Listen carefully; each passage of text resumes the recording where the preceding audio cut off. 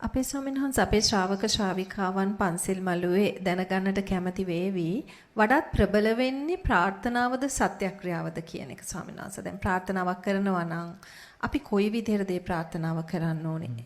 ඔය පින්වත් නෝනා මහත්මිය වඩාත් ප්‍රබල වෙන්නේ කුසලය.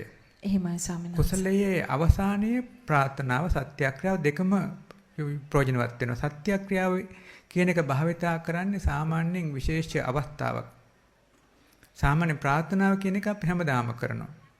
සත්‍යක්‍රියාව මේ සත්‍ය බලයෙන් මට මේ දේවල් ඉෂ්ට වේවා. මේ දේවල් වේවා.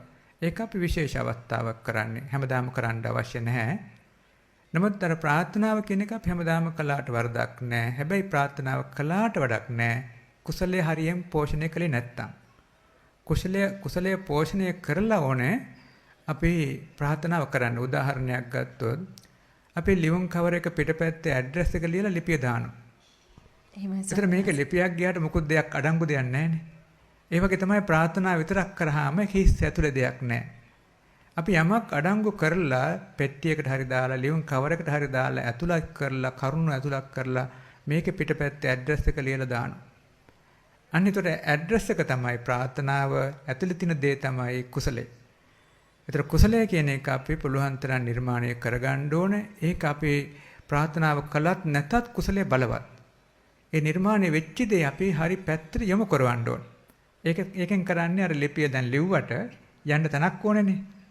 ඒත් ඇඩ්‍රස් එක. ඒ වගේ තමයි අපි කුසලය හදලා ඉවර වෙලා දැන් හිතනවා මේ කුසල බලයෙන් මට නිවන් දකින්න ලැබේවා. මේ කුසල බලයෙන් මට දුක් අවසන් කරන්න ලැබේවා. මේ කුසල බලයෙන් ඉතින් ඔය සතර අපාට නොවැටෙන්න ලැබේවා. ඔය වගේ හිතන්න පුළුවන්. ඒ නිසා අර ප්‍රාර්ථනාවත් වැදගත්, සත්‍යක්‍රියාවත් වැදගත්. ඊ ඔක්කොටම වඩා වැදගත් වෙනවා පින්වතුනි පුළුවන් තරම් කුසල උත්පාදනය කරගන්න එක. එහෙමයි අපේ ස්වාමීන් වහන්සේ.